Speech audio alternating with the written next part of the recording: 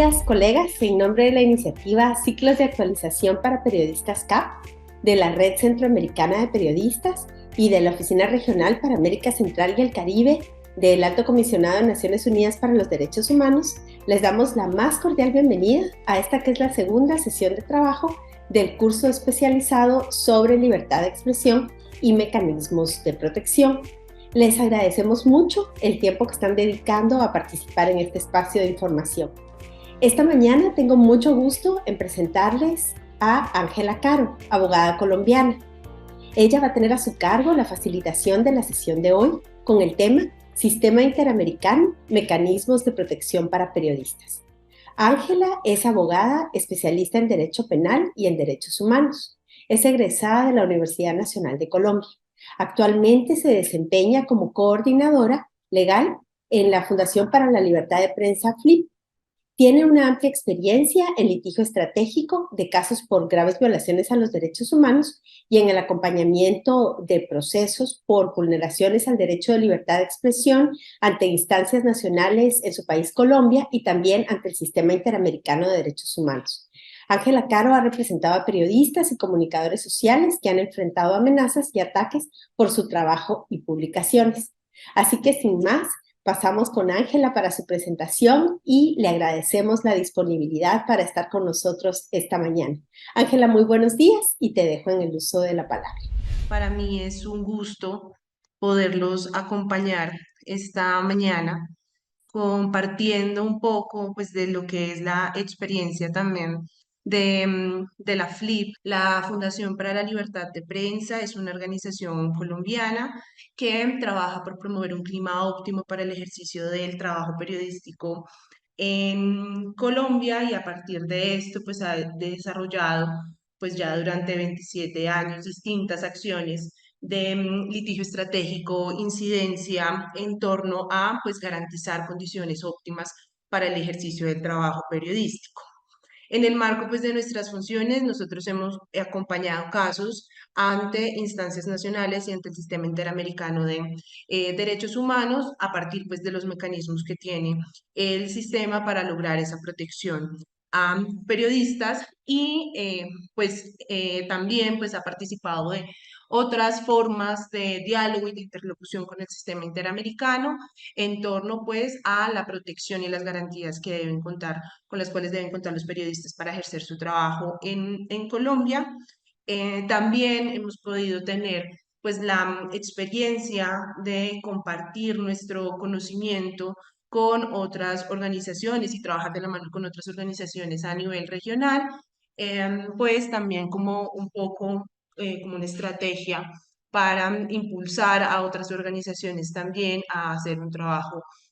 articulado en torno a libertad de expresión y libertad de prensa en la región. He dividido esta intervención en tres partes. La primera es en torno a poder identificar los órganos del Sistema Interamericano de Derechos Humanos. Esto es importante porque también nos permite entender la naturaleza del Sistema Interamericano de Derechos Humanos, porque esto va a marcar también la pauta de lo que son estos mecanismos de protección y de lo que se puede esperar que en el marco del sistema pues se ordene o se llame la atención a los estados en este tipo de casos. En segundo lugar, vamos a hablar sobre algunos conceptos clave del Sistema Interamericano de Derechos Humanos y específicamente de las garantías que ha establecido el sistema y estos estándares en torno a protección a periodistas, que ha sido una de las líneas de trabajo que la Comisión Interamericana también de Derechos Humanos pues, ha delimitado para avanzar, particularmente a partir de su relatoría especial para la libertad de expresión, y pues también por la construcción de estándares que ha hecho la Corte Interamericana de Derechos Humanos en las decisiones que ha estudiado y que tienen incidencia o han marcado la pauta en establecer garantías para el ejercicio del trabajo periodístico.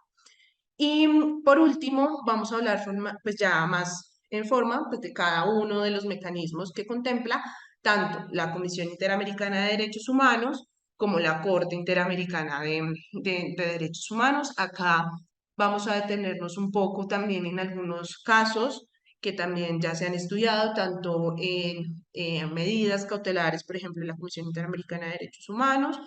como peticiones y decisiones ya puntualmente de la Corte, también pues para poder ilustrar pues cómo es el proceso de este tipo de casos ante el sistema y un poco entender cuál podría llegar a ser la expectativa, sobre todo en términos de tiempo, de algunos de los mecanismos, porque yo sé que esto es algo que normalmente es muy inquietante por parte de quienes acuden al sistema, porque pues lamentablemente no es un sistema que sea muy ágil para tramitar peticiones y casos, y creo que el ejemplo que traigo el día de hoy va a ilustrar mucho pues cómo es este trámite y un poco cómo es expectativa en términos de tiempos. En primer lugar, frente a los órganos del Sistema Interamericano de Derechos Humanos, ¿cómo surgen estos órganos de protección? Surgen básicamente de dos instrumentos de derechos humanos a nivel internacional, a nivel regional. El primero es la Declaración Americana de Derechos Humanos y Deberes del Hombre del año 1948, en el cual pues tiene como esencia principal establecer que estos derechos pues son esenciales al hombre y no nacen del hecho de ser nacional de determinado estado, sino que tienen su fundamento en la condición humana. Esto un poco está en el margen de decir estos derechos aplican para todos las personas que pues que hacen parte de esta región y es independiente de su nacionalidad. Esto para contemplar pues cómo estos derechos humanos tienen también su esencia en lo que es la persona humana independientemente pues de su nacionalidad y es como con la premisa con la que surge el sistema interamericano de derechos humanos. El otro instrumento normativo es la Convención Americana sobre Derechos Humanos, que se conoce también como el Pacto de San José de Costa Rica de 1978. La Convención Americana establece como tal los deberes que tienen los estados y los derechos protegidos a partir de dicho tratado, pues en materia de protección a la libertad de expresión, particularmente destacar el artículo 13, que es el que protege la libertad de expresión en sus distintas dimensiones, tanto personales como colectivas. Creo que esto ya tal vez ustedes lo pudieron ver más a profundidad en la sesión anterior, entonces no me voy a detener mucho en establecer pues cuál es ese marco jurídico internacional de protección a libertad de expresión, pero digamos que la convención también retoma los instrumentos o las definiciones que tienen los instrumentos del sistema universal de derechos humanos para también reconocer en su artículo número 13 esa protección especial a la libertad de expresión. Y la convención, pues también ya establece, pues de manera formal, los dos mecanismos de protección de derechos humanos, la Comisión Interamericana de Derechos Humanos, la CIDH, y la Corte Interamericana de Derechos Humanos, que pues cada una, que ya lo vamos a analizar, desde su marco de acción, pues tiene un objetivo común y es precisamente conocer de asuntos relacionados con el cumplimiento de esas obligaciones internacionales que contraen los estados a partir de la convención. Entonces, estos dos instrumentos son los que nos dan, pues los que son el fundamento de lo que es el Sistema Interamericano de Derechos Humanos. Ahora, no se puede perder de vista que este Sistema Interamericano de Derechos Humanos pues está anclado a la Organización de Estados Americanos, a la OEA, pues que es una plataforma a nivel regional que hace parte, de la que hacen parte los distintos estados. Es decir, está el Sistema Interamericano de Derechos Humanos a pesar pues de que tiene un margen pues de independencia, pues está anclado a lo que es la Organización de Estados Americanos, de la cual hacen parte los estados. Entonces, digamos que hay que tener en cuenta ese contexto pues de política internacional en el cual también surge este sistema interamericano de derechos humanos, pues que marca la pauta también para lo que va a ser como pues su implementación. Entonces, un ejemplo, los comisionados que hacen parte de la CIDH son propuestos por los estados, es la Organización de Estados Americanos quienes eligen a esos comisionados, a pesar pues de que hay obviamente espacios para que sociedad civil, organizaciones de derechos humanos puedan participar en estos, haciendo pues como una evaluación de estas personas, pero pues quien finalmente elige a esos comisionados, pues también es la Organización de Estados Americanos, la OEA, y pues lo que digo, aparte, independientemente, pues tienen una independencia, pero pues hay que ver también este sistema de derechos humanos, pues anclado a lo que tiene que ver con estas relaciones entre estados en lo que es una política internacional, y eso es muy importante también para entender pues los márgenes de acción también que tienen los estados, que tiene la Comisión y la Corte, pues que también se rige de manera particular por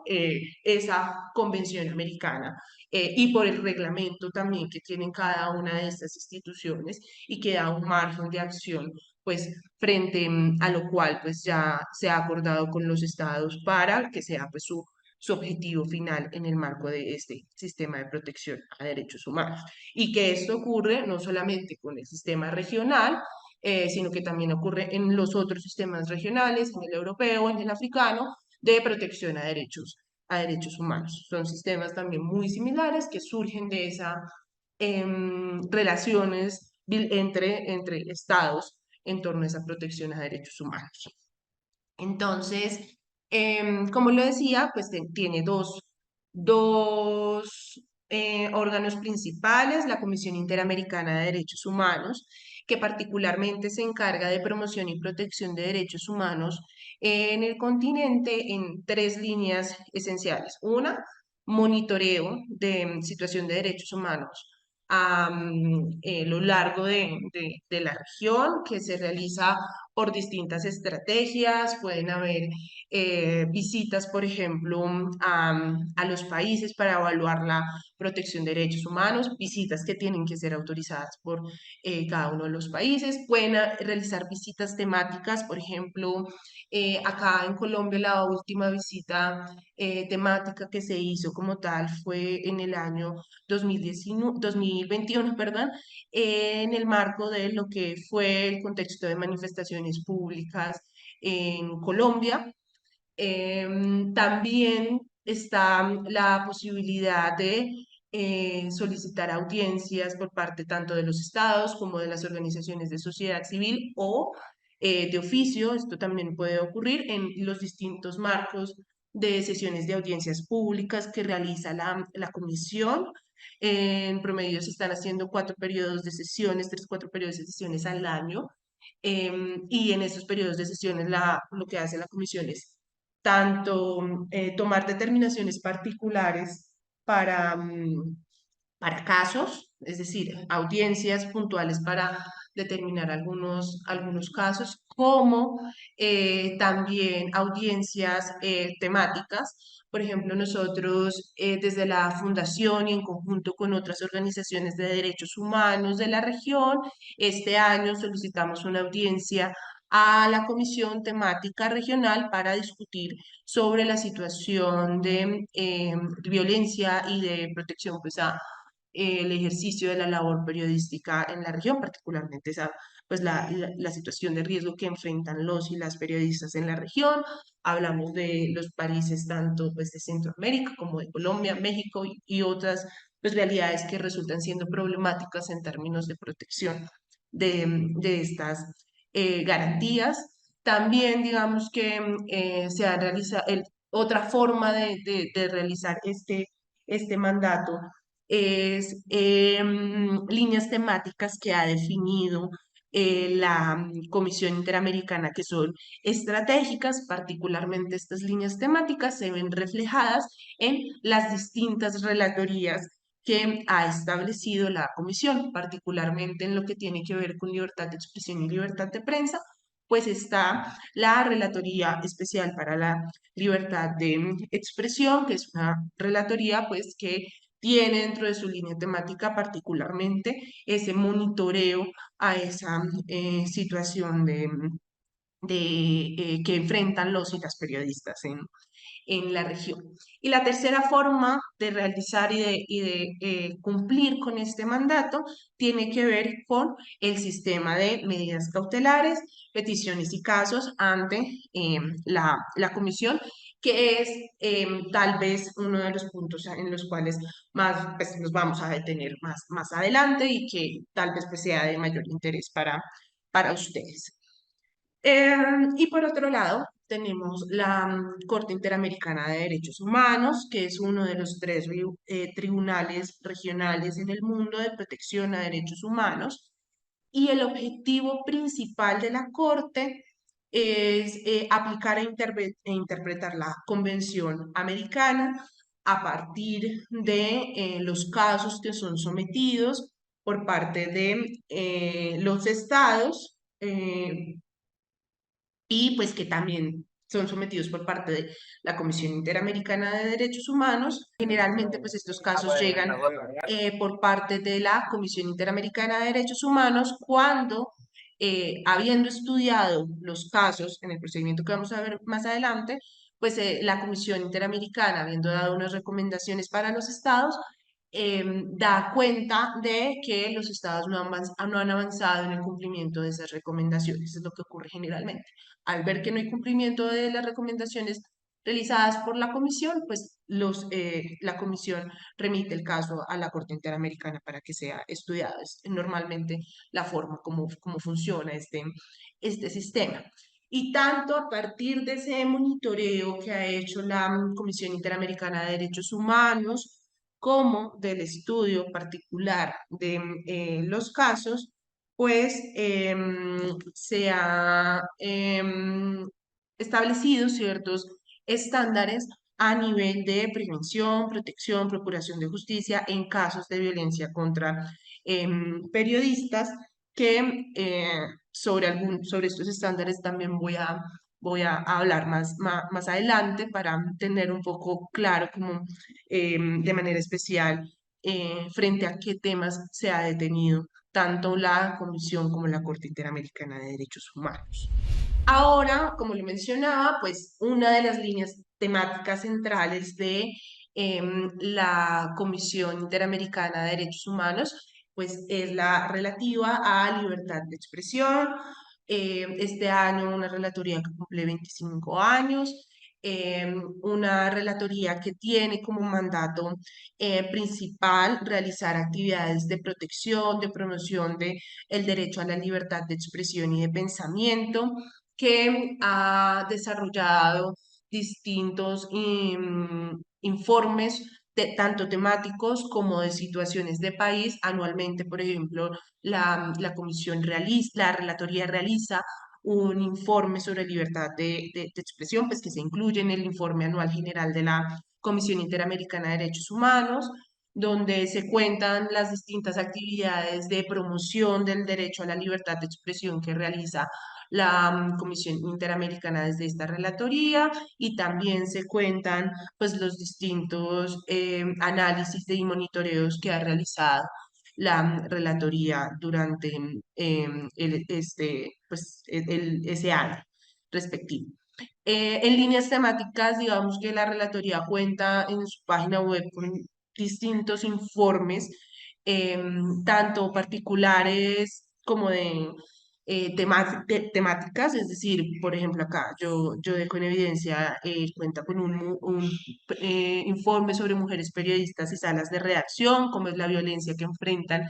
las mujeres periodistas en la sala de redacción y las medidas que se deberían adoptar para luchar contra esa discriminación. También cuenta con un informe mucho más general que habla de la violencia que enfrentan las mujeres periodistas y cómo afecta esto el derecho a la libertad de expresión. Y uno de los informes que a mí me parece que es clave conocer porque sintetiza estos estándares es el de violencia contra periodistas y trabajadores de medios, estándares interamericanos para la sobreprotección, protección y procuración de justicia. Vemos que toda esta información también se encuentra en la página de la Relatoría Especial para la Libertad de Expresión. Aparte, hay otros elementos también básicos como los principios de libertad de expresión que tiene la Comisión Interamericana de Derechos Humanos, que son un marco que determina qué elementos son esenciales para esa protección al derecho a la libertad de expresión, tanto en una en libertades individuales como en libertades colectivas, y pues llama a los estados también a garantizar unas condiciones básicas para ese ejercicio de la libertad de expresión. Hay declaraciones también conjuntas que se hacen con otras relatorías, como por ejemplo la Relatoría de Libertad de Expresión del Sistema Universal de Derechos Humanos, es decir, de la ONU, sobre distintas temáticas. Por ejemplo, hay una declaración del año 2011 que habla sobre los deberes que tienen las figuras públicas y los funcionarios públicos en torno a protección a la libertad de expresión. Digamos que es un marco jurídico muy robusto también el que tiene la Comisión en torno a esa protección a la libertad de expresión y que en parte pues ha sido impulsado por el trabajo que se realiza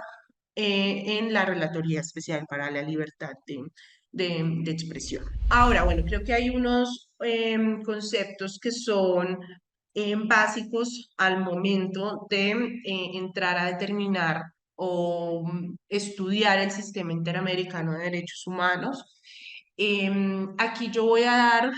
digamos, como un resumen muy chiquito de estos conceptos, porque básico, porque, digamos, analizar el sistema interamericano de derechos humanos, sus procedimientos, los estándares, pues, digamos, son materias enteras de especializaciones en derechos humanos y no puedo extenderme tanto para entender de dónde surgen esas obligaciones o cómo es que los estados están obligados a acatar las decisiones de la Corte, a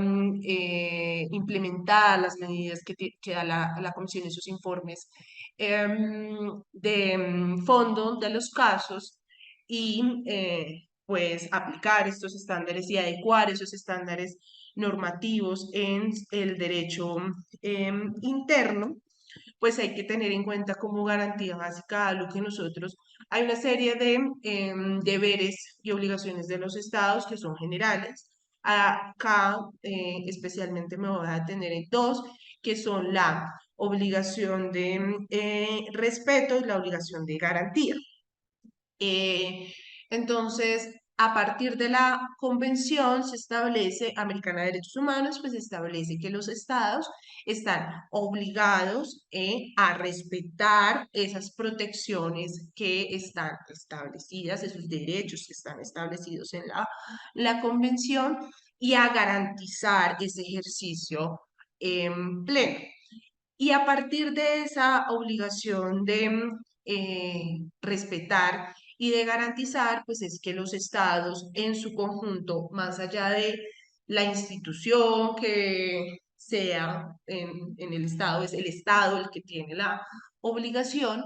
pues deben comprometerse con no violar ni de manera directa ni de manera indirecta, bien sea por una acción o una omisión, pues esos derechos y libertades reconocidos. Y a partir de estas obligaciones es que de estos deberes de respeto y de garantía, pues es que también surgen lo que se llaman obligaciones negativas, es decir, obligaciones frente a las cuales o hechos frente a los cuales pues el Estado debe abstenerse de, y obligaciones positivas que van a ser orientadas a el Estado debería hacer X, Y acción para poder garantizar ese ejercicio de los derechos humanos en su territorio. Y anclado con esto surge un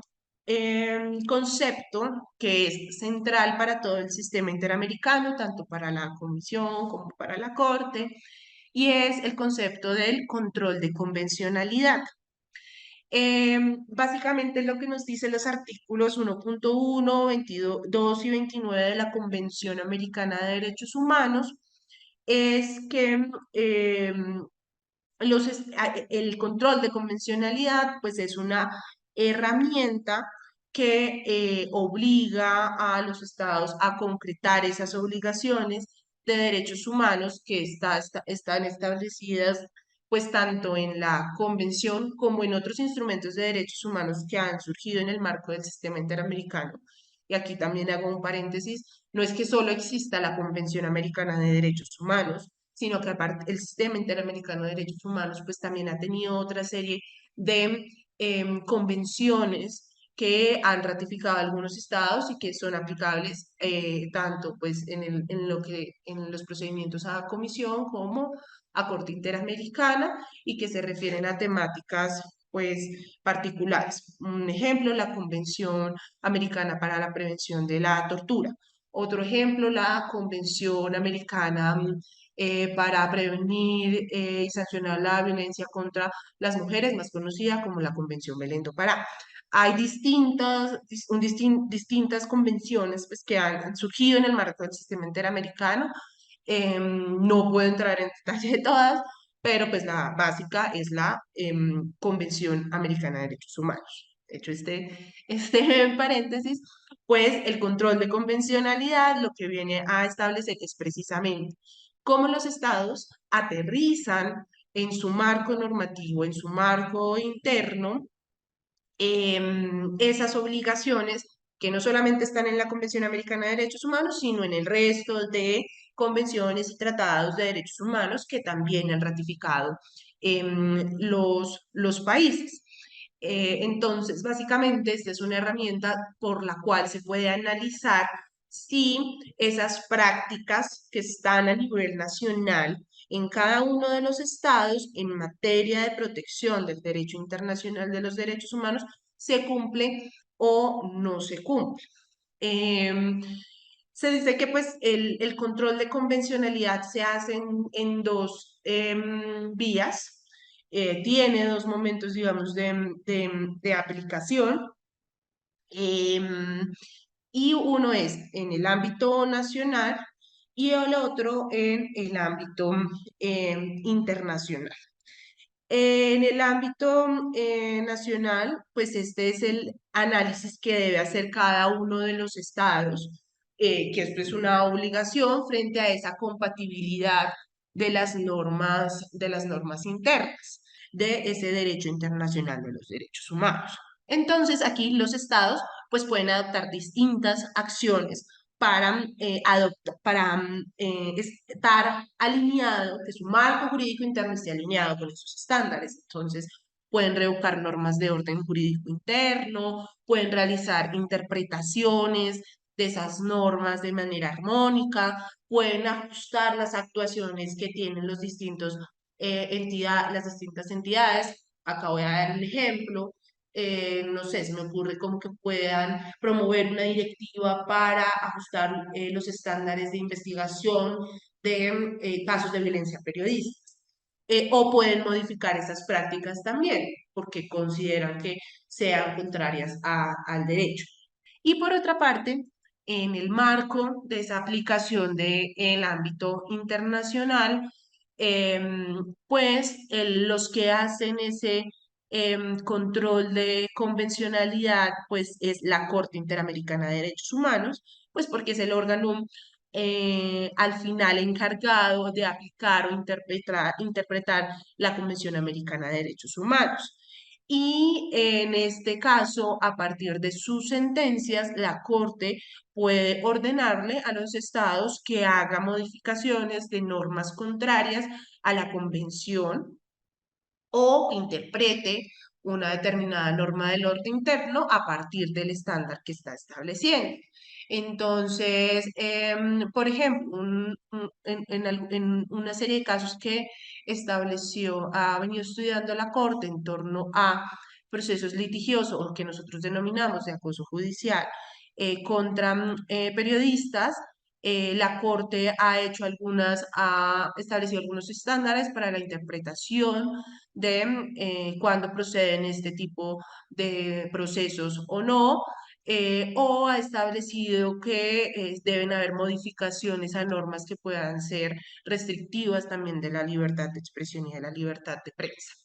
Y este control de convencionalidad es importante también porque da un marco para entender, pues, qué se puede esperar o qué debería tanto de los estados a partir de ese marco jurídico que establece la comisión y también la Comisión y la Corte Interamericana de Derechos Humanos y también entender pues cuál es el margen y alcance pues de las órdenes que puede llegar a dar la Corte Interamericana de Derechos Humanos en casos que son sometidos a su jurisdicción. Y teniendo en cuenta esto, quiero pasar a hablar de esas obligaciones positivas que van a tener que ser analizadas tanto por el control de convencionalidad a nivel nacional como internacional en torno a esa protección a periodistas. Tal vez esto lo pudieron ver en el módulo anterior con Alberto Bertoni un poco, pero sí me parece importante traerlo hoy a colación porque digamos que conocer estos estándares es clave para poder analizar los casos y determinar estrategias en torno a qué mecanismo es más idóneo. Em, Particularmente en términos de medidas cautelares como un mecanismo de protección cautelar como tal o una petición formal al sistema. Digamos que si uno logra entender estas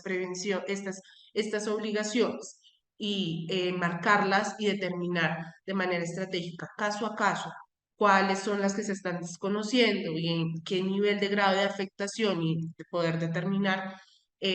cómo se podría aplicar al caso concreto estos estándares y un análisis en esos términos permite entender qué mecanismo puede llegar a ser el más idóneo, también porque son dos mecanismos, como lo vamos a ver más adelante, de una naturaleza totalmente distinta. La medida cautelar es para proteger una situación de riesgo inminente y de una urgencia como tal, que no toma una decisión de fondo. Una petición tiene como finalidad que se adopte una decisión de fondo en torno a estas obligaciones. Entonces, poder entender qué obligación es la que más, digamos, se está desconociendo, también pues permite determinar qué mecanismo puede llegar a ser el más idóneo para avanzar o dar respuesta a una situación de derechos humanos de manera particular. Entonces, el sistema interamericano ha hablado en torno pues, a esas obligaciones positivas, tres obligaciones en materia de protección a derechos humanos y de libertad de prensa, particularmente, que son la de prevención, la de protección, la de investigar, juzgar y sancionar a los responsables de esos crímenes contra periodistas. La obligación de prevenir está enmarcada principalmente en cinco puntos. La primera es adoptar un discurso que contribuya a prevenir la violencia. El sistema interamericano ha insistido bastante en que la mejor medida para prevenir esa violencia a periodistas es cuando los estados, particularmente los funcionarios públicos, adoptan un discurso público que pueda respaldar la labor que realiza la prensa, sancionar y castigar también, llamar la atención cuando hay hechos de violencia que afectan a los y las periodistas. Digamos que lamentablemente en nuestros países esta es una obligación que se desconoce completamente de los funcionarios públicos. Estamos en una región en la que actualmente, en la gran mayoría de los países, pues los funcionarios públicos, líderes políticos, personas y figuras públicas, pues han adoptado un discurso en contra de la prensa como enemigo. Y esto pues tiene un impacto muy fuerte que ustedes lo conocen de primera mano en torno a esas garantías con las que se realiza el ejercicio de trabajo periodístico. Y también el sistema interamericano ha sido enfático en que cuando se promueve un discurso que desconoce la importancia de la labor periodística en el debate democrático, estigmatiza a los y las periodistas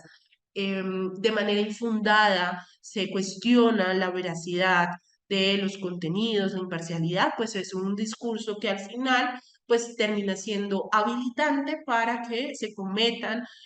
otro tipo de agresiones contra los y las periodistas. Digamos que esta es una obligación frente a la cual más se ha detenido el sistema interamericano, tanto en sus pronunciamientos en comisión como en Corte Interamericana, de llamar la atención que tienen los estados, los funcionarios públicos en promover que haya un discurso público que reconozca el valor democrático que tiene el periodismo en la región. En segundo lugar, instruir a las fuerzas de seguridad sobre el respeto a los medios de comunicación y a los y las periodistas. Esta, pues, es una medida que va enfocada también a reconocer cómo el Estado y las fuerzas de seguridad, particularmente en lo que tiene que ver con acciones de inteligencia, contrainteligencia, seguimientos, pueden llegar también a desconocer esas labores o esa importancia que realiza el periodismo en nuestra sociedad, al punto que, pues eso lo hemos visto también a lo largo de la región, pues el Estado, muchos estados han sido sancionados por, en parte, fuerzas de seguridad que se ven involucradas en violencia a periodistas. Entonces, digamos que ha sido un patrón que ha identificado la comisión a lo largo de los estudios y del monitoreo de la situación y que particularmente ha destacado pues esa obligación de prevención en torno a fuerzas de seguridad. Respetar el derecho a la reserva de la fuente, no me va a tener mucho ahí, es una garantía que se ha establecido también tanto en el sistema interamericano, que muchos estados también han avanzado en establecerla en su legislación interna. Nosotros también en nuestro marco constitucional tenemos esta protección a la reserva de la fuente, que tiene como base entender que el cubrimiento de temas de alto interés público, como violaciones a derechos humanos, corrupción, em, narcotráfico, demás, pues tienen su fundamento precisamente en una garantía en la cual los periodistas se abstienen de revelar quiénes han sido sus fuentes, porque también por la naturaleza de los casos, pues esas fuentes pueden llegarse a ver en riesgo en torno a pues, la información que están dando. También en el marco del derecho internacional de los derechos humanos se ha hablado de la protección que también pueden tener los whistleblowers o informantes, quienes pues también esa protección surge a partir también de lo que es este derecho a la reserva de la fuente. En cuarto lugar, pues está la violencia, la prevención en torno a, pues, sancionar de manera enfática esa violencia contra la prensa cuando se dan este tipo de hechos. Y por último, está la obligación de mantener estadísticas precisas sobre violencia contra periodistas. Esta obligación de prevención es una en la que más fallan los estados. Los estados no tienen unos mecanismos de protección y monitoreo sobre violencia a periodistas. Generalmente, esta acción recae más sobre las organizaciones de derechos humanos. Esto lo digo porque lo hemos analizado, pues, como en distintos países que hemos estudiado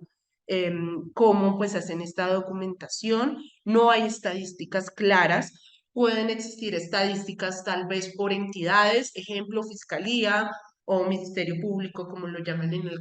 algunos países, pero no hay una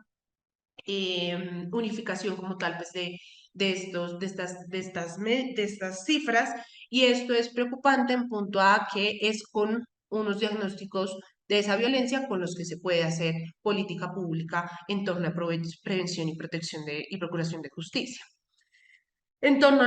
las obligaciones de proteger, pues los estados tienen que brindar medidas de protección para garantizar la vida e integridad de periodistas.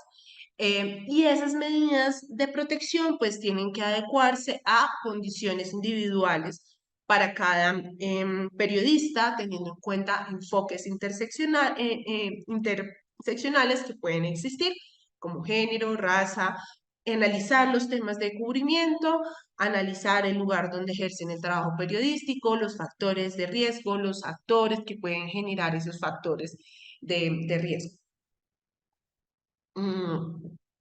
Acá hay particularmente dos mecanismos que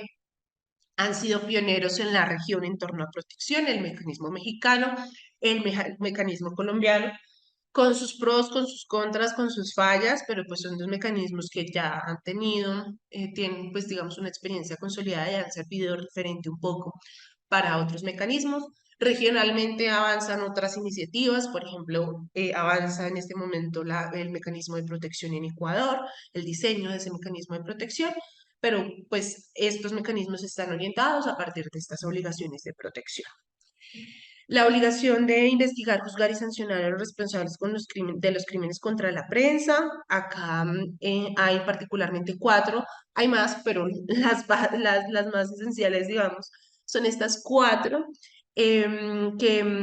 son adoptar un marco jurídico institucional que permita de manera efectiva sancionar, investigar estos crímenes contra la prensa.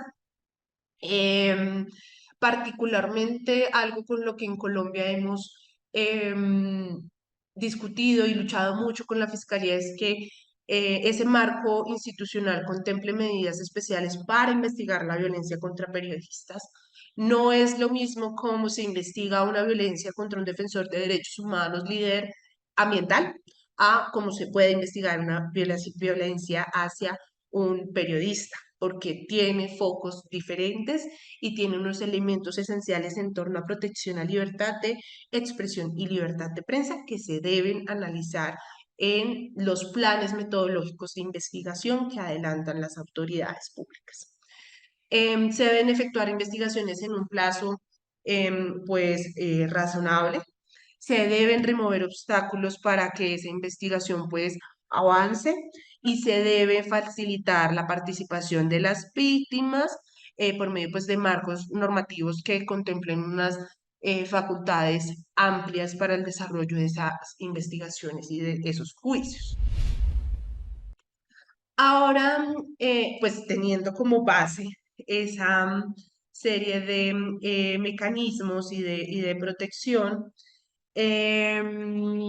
vamos a entrar puntualmente en lo que son esos mecanismos del sistema interamericano.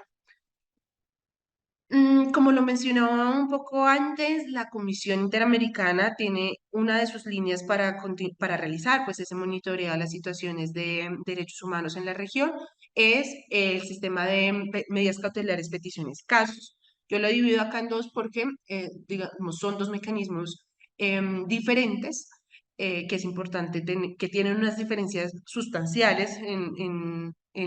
lo que es su naturaleza y que es necesario analizarlos pues, de manera separada. La Corte también establece los casos, el análisis de casos y las medidas provisionales.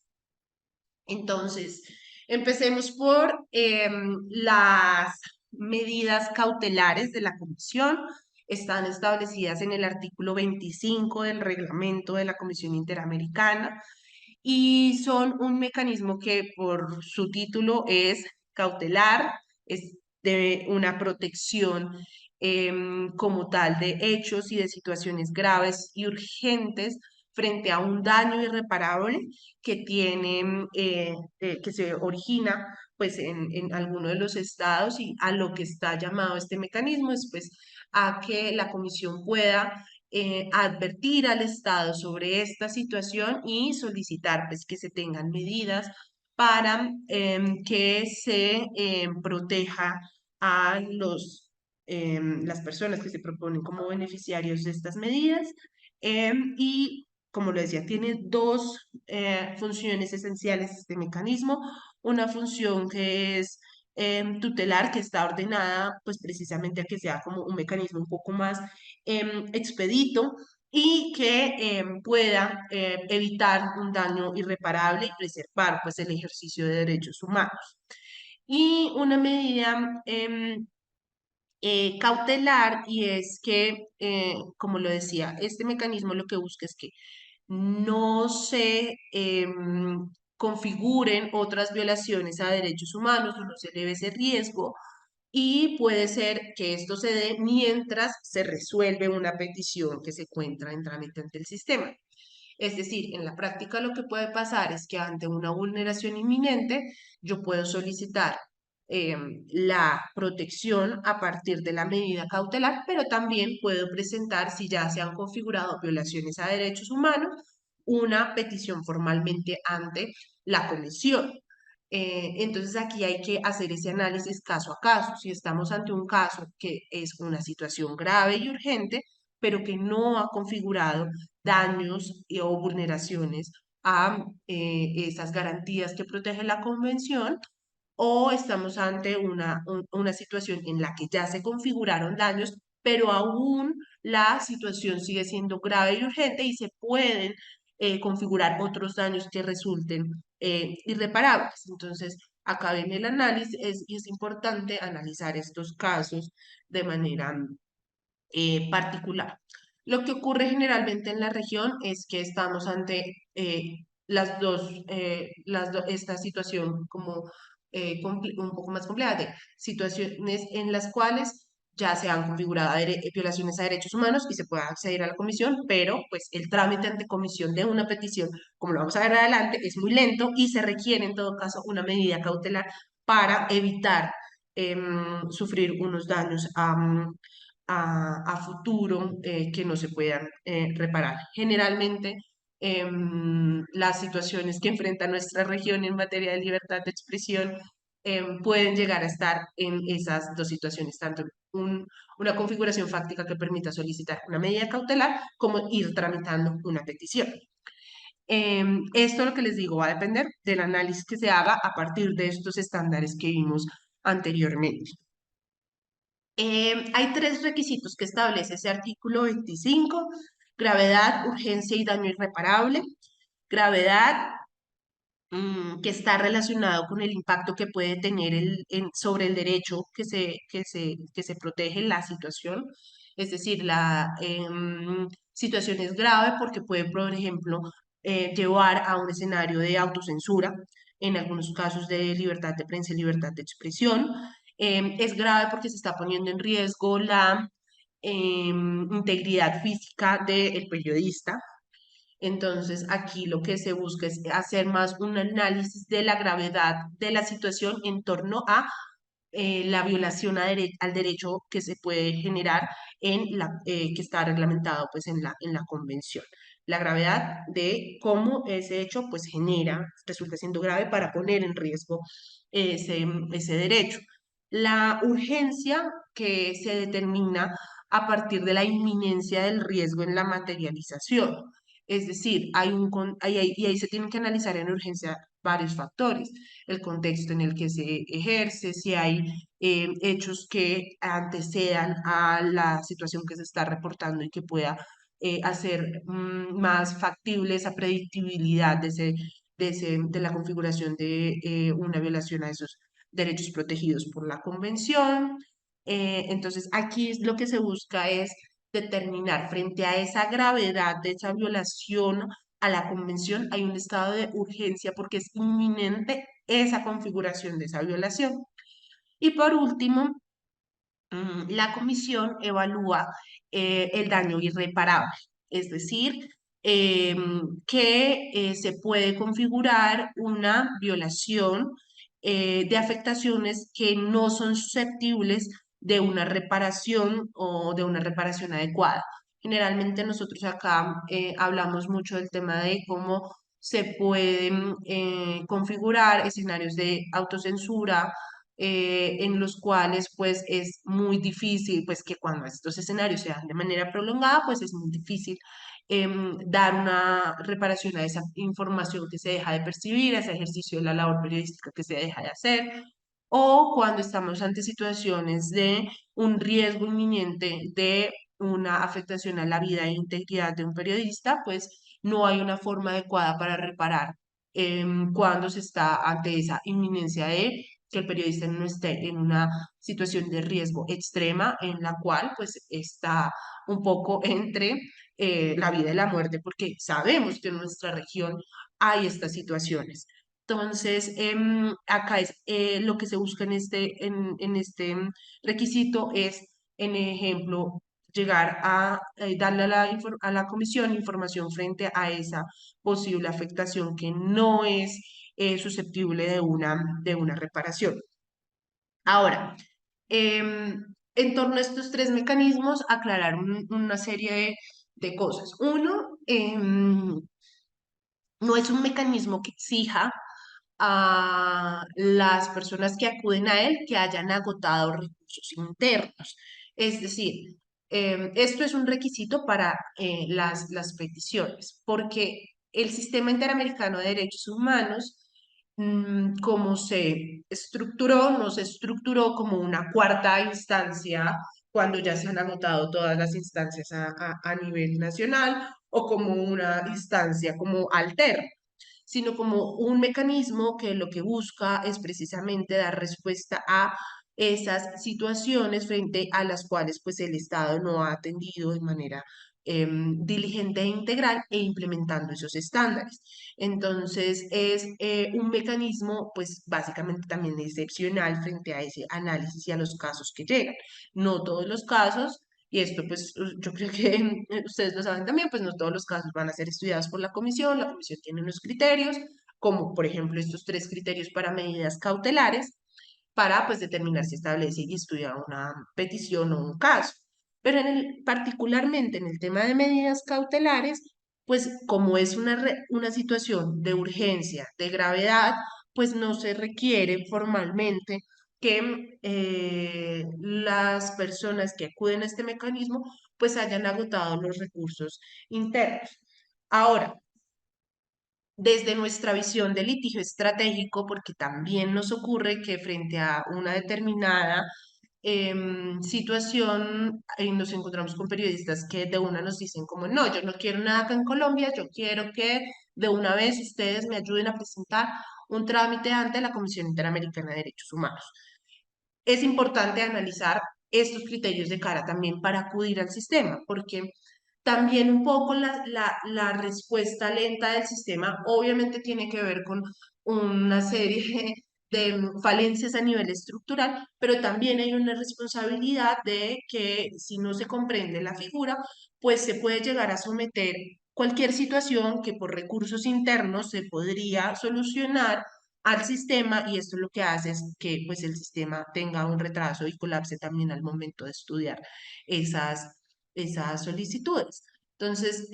nosotros desde la FLIPSI somos algo cuidadosos cuando estudiamos y analizamos estas situaciones,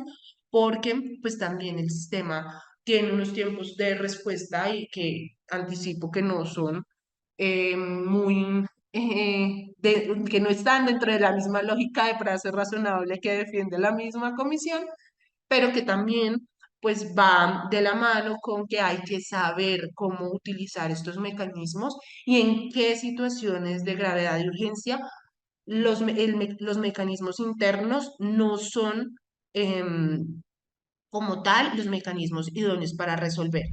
La comisión cuenta pues con una hoja de ruta informativa para peticiones y casos. Voy a cambiar un poco aquí, que se puede ver en la misma página. Entonces, aquí está el folleto informativo, lo encuentran en la página, establece un montón de preguntas y dudas que que caracterizan pues como el mecanismo de protección. Y también en la misma página de la OEA y de la Comisión, pues se pueden encontrar, está este sistema para analizar donde se establece pues las distintas resoluciones de medidas cautelares con las recomendaciones que da la comisión, se puede filtrar por año, por países, por tema, y pues ustedes van viendo el flujo también de casos que resuelve la comisión por su sistema de medidas cautelares. Em, Esto es un poco como en resumen, bueno, esto tiene un tema de procedimiento ya, pues como más procedimental. Los tiempos de respuesta van a variar muchísimo porque la comisión, lo que les decía, también hay un flujo muy grande, pero también la comisión empieza a priorizar ciertas situaciones en las cuales ve una necesidad también de tener unos pronunciamientos por ciertas situaciones de derechos humanos. Entonces, el flujo va a depender. Cuando se presenta la petición, pues como de también un poco el escenario regional que ellos vean de priorización pues por situaciones de derechos humanos en la región. Em, Ahora, esta información pues se traslada al Estado, el Estado tiene la oportunidad de presentar observaciones y ya con estas observaciones pues entra la comisión a decidir sobre la situación en particular. Algunos ejemplos de medidas que puede ordenar el Estado: medidas para proteger la vida, integridad y garantizar el ejercicio de las labores periodísticas. Entonces yo acá pongo un ejemplo de algunas de esas medidas que también encuentran en el sistema que les acabo de mostrar. Medidas que requieran concertación con las personas beneficiarias. Otro ejemplo es este caso de Colombia. Y medidas destinadas a evitar la ocurrencia de nuevos eventos de riesgo, que esto está sobre todo enfocado a medidas orientadas a investigar, juzgar y sancionar esas violencias. Ahora, ¿qué pasa después de que se emita una resolución de medidas cautelares? Pues esto va a depender también mucho de la disposición que tengan los estados para su cumplimiento, pero lo que ocurre normalmente es que se empieza un diálogo entre estados y beneficiarios para para mirar qué mecanismo es el más idóneo a nivel interno para cumplir con las órdenes que, em, que da cada uno, pues que da la Comisión Interamericana de Derechos Humanos. Normalmente así es como se logra avanzar. La comisión puede solicitar información frente a ese cumplimiento, que es el seguimiento que hacen la implementación de las medidas cautelares, porque también lo que se requiere es que la naturaleza del mecanismo es que sea un mecanismo temporal y en algún momento lo ideal es que la comisión pueda cerrar las medidas cautelares, estableciendo que ya no están vigentes esa situación de riesgo que llevó a la comisión a adoptar las medidas cautelares. Entonces, la comisión hace un seguimiento frente a esa adopción de medidas y ahí es importante también que una vez que se dan las medidas, pues poder avanzar en reportar a la comisión si se están implementando, si no, porque digamos que este es la guía y esto va a hacer que la comisión pueda determinar si se levantan las medidas cautelares o si se mantienen y se mantiene el seguimiento que se hace. Ahora, en peticiones y casos, pues también la convención estableció y el reglamento de la comisión establece el sistema de peticiones y casos. Ya puntualmente, bueno, que esa es otra diferencia que tiene, la diferencia puntual de las medidas cautelares es que, y las peticiones del sistema interamericano es que en las medidas cautelares la comisión no toma una decisión de fondo. La comisión no, en una medida cautelar no va a decir el Estado violó esta garantía,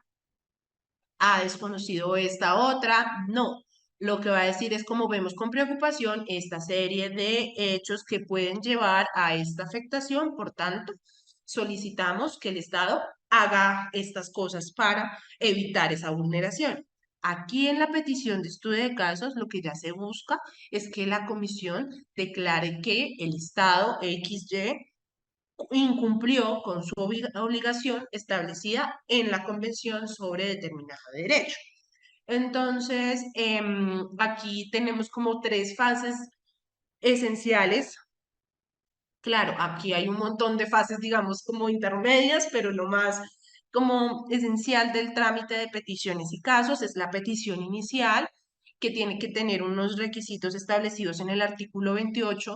No me voy a detener a analizar uno por uno porque es una lista que es muy clara, poder identificar bien a los beneficiarios, direcciones de notificaciones, aclarar contra qué estado se presenta la petición, qué derechos se vulneraron, los hechos, las pruebas, digamos,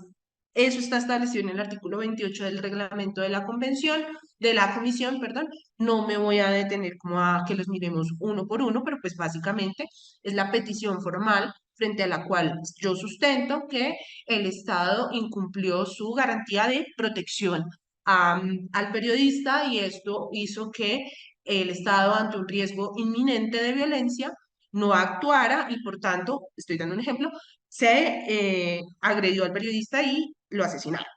Entonces, es ese documento frente al cual yo presento mi caso y pues le digo a la comisión, acá hubo una vulneración porque hubo un desconocimiento de las obligaciones que tiene el Estado. Estos requisitos, lo que digo, son un poco más básicos, son más de forma. Obviamente el fondo también tiene que ser muy, muy fuerte, pero digamos que esta petición de estudio inicial es como básicamente un ABC de lo que es mi caso, porque voy a tener otra oportunidad que ya lo vamos a ver para ahondar mucho más en la gravedad y en ampliar como un poco el caso. Con posterioridad a que se radica esa petición de estudio, se le corre traslado al Estado. El Estado puede manifestarse sobre su petición. ¿Por qué no se puede admitir la petición? Aquí hay unos criterios para admitir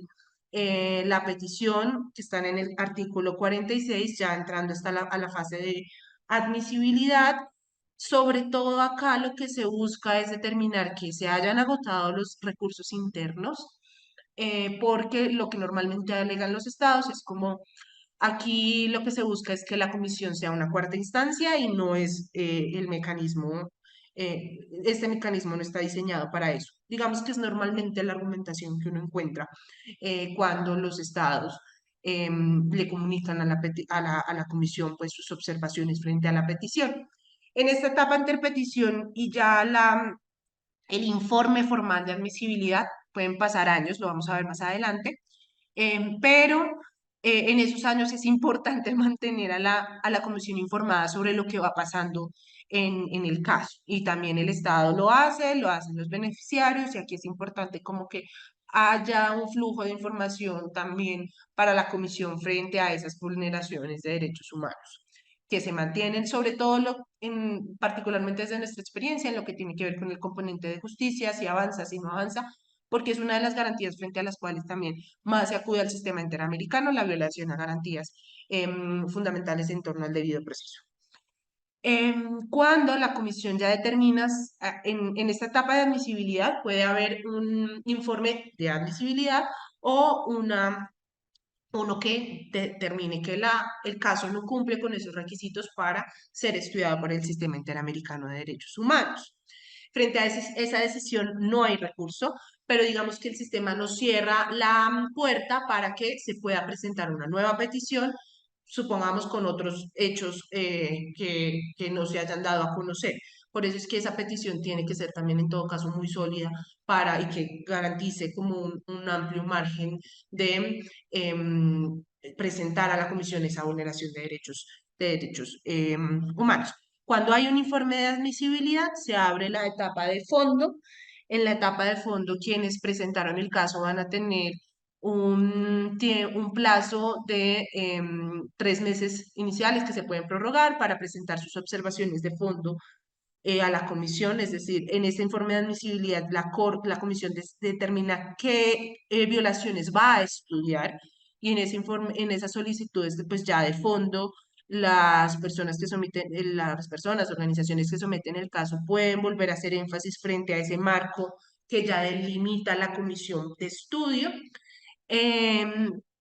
También los estados presentan sus observaciones. En esta etapa de fondo, por ejemplo, la comisión y los estados y los beneficiarios, pues, los peticionarios, acá ya es un caso formalmente. Esa es la diferencia entre ya admisibilidad de fondo. En admisibilidad ya no es una petición, ya es un caso ante el sistema. Entonces, en el caso, la comisión, los beneficiarios y los estados podrían solicitar, por ejemplo, audiencias públicas que se dan en el marco de sesiones. Entonces, no sé que era lo que yo les decía, en el periodo de sesiones de la comisión pueden haber audiencias temáticas y audiencias de casos, casos que están en ya decisión de fondo por parte de la comisión.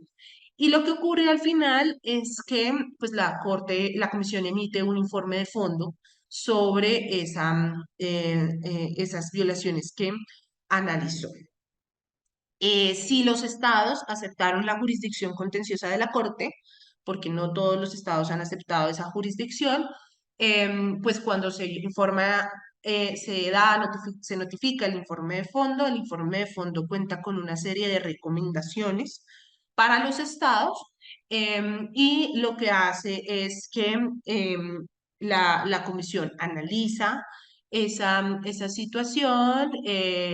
perdón, los estados analizan esas recomendaciones, puede que existan estados que decidan implementar algunas acciones en esas recomendaciones, puede que no, pero en todo caso, pues la Corte, la Comisión, pues sí, em, solicita a las personas que presentaron el caso, a las organizaciones,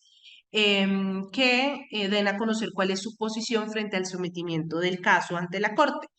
Esta consulta no es una consulta vinculante, es decir, los peticionarios pueden decir, este caso es importante presentarlo a la Corte por XY, porque no se ha avanzado en el cumplimiento de las recomendaciones y demás, pero no es un concepto vinculante.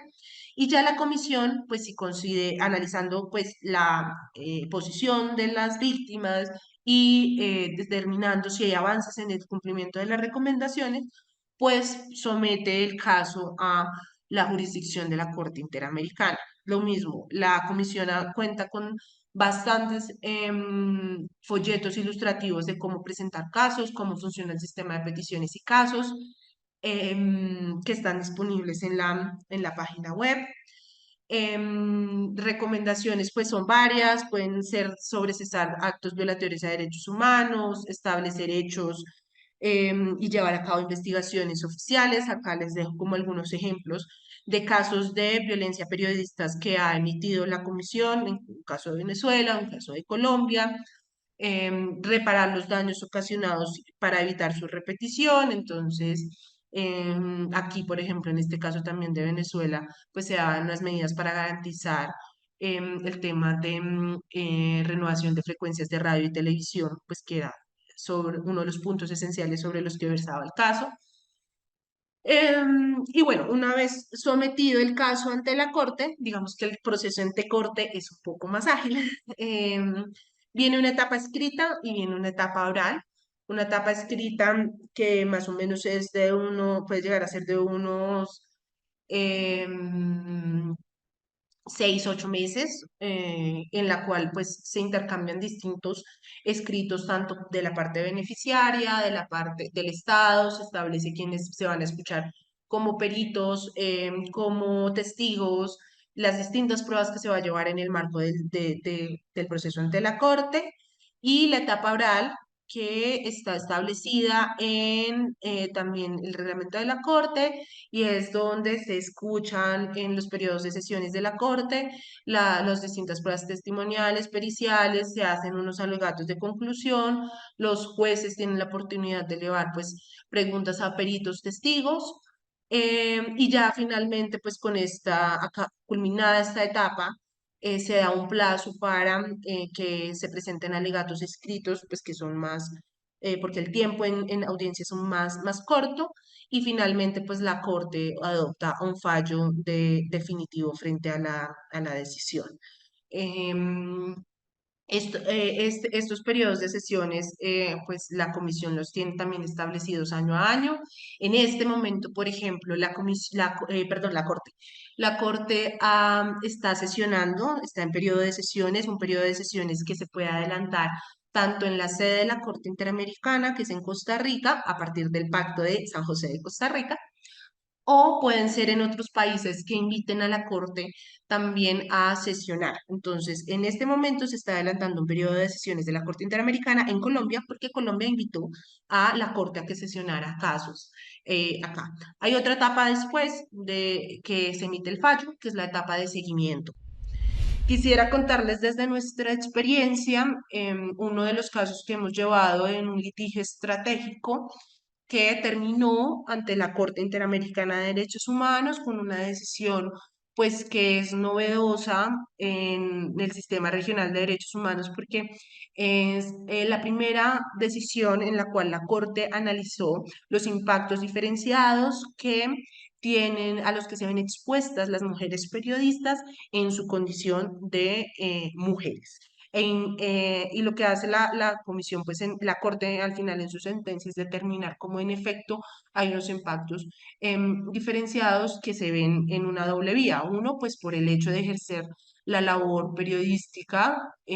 pero dos, también por el hecho de ser mujeres y porque históricamente a las mujeres se nos ha censurado del debate público y esto también ha llevado a una discriminación de nosotras cuando pues emitimos de manera particular las mujeres periodistas cuando se pronuncian y participan del debate público y del debate democrático. Entonces, rápidamente, este es un caso en el cual la periodista Ginette Bedoya en el año 2000 fue víctima de una, pues desde 1998 venía siendo víctima de una serie de amenazas contra su vida e integridad por una serie de investigaciones periodísticas que estaba desarrollando sobre las violaciones a derechos humanos que se cometían en la cárcel Modelo de Bogotá, una de las cárceles más peligrosas del mundo para la época de los hechos donde confluían básicamente distintos actores armados, tanto de la guerrilla, paramilitares, como agentes del Estado, pues que participaban en las distintas confrontaciones que se veían también en la cárcel. El 25 de mayo del 2000, pues ella fue víctima de secuestro, tortura y violencia sexual en pues, en un engaño un poco de lo que era una posible entrevista en la cárcel, que sirvió como señuelo para que a ella la secuestrara. Durante más de 20 años, pues Ginette ha intentado buscar justicia en Colombia. Solamente se han condenado a 3 miembros de los de grupos paramilitares, pero hay una impunidad total frente a la participación de actores estatales que, pues en su decisión, la Corte establece que hay indicios claros, contundentes de que hubo participación de agentes estatales y pues 23 años después no hay una sola condena a autores estatales. Entonces, este es un poco el marco del caso. Hay que precisar que ella tenía, a partir de los hechos del 25 de mayo, tenía medidas cautelares otorgadas por la comisión. Y con ese antecedente, el 3 de junio de 2011, la AFLI presenta el caso ante comisión. La siguiente etapa, durante este 2011-2014, pues hay distinto intercambio de comunicaciones por parte del Estado, de los peticionarios, pero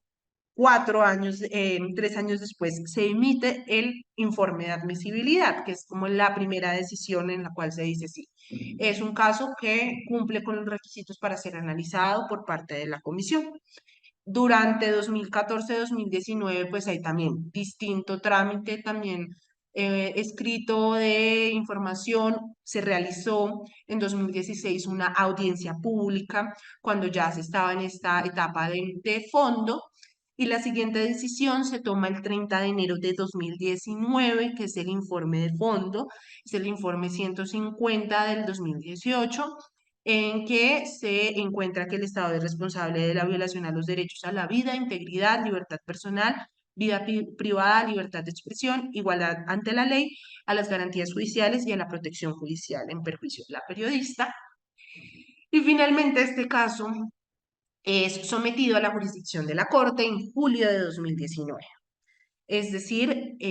8 años en los cuales se agotó únicamente la etapa ante la Comisión Interamericana de Derechos Humanos, con el asterisco de que este caso tenía medidas cautelares y que generalmente, pues cuando hay una situación latente, la comisión trata de ser más diligente para tener una decisión de fondo en este tipo de situaciones. Luego viene la etapa ante la Corte. La etapa ante la Corte, la parte escrita se desarrolla entre julio de 2019 a abril de 2021, la etapa oral en marzo del 2021 y la sentencia se da el 26 de agosto de 2021, que es notificada finalmente el 18 de octubre de 2021, con una decisión, como les decía, novedosa, que tiene unas medidas de reparación muy amplias en torno a garantías de no repetición.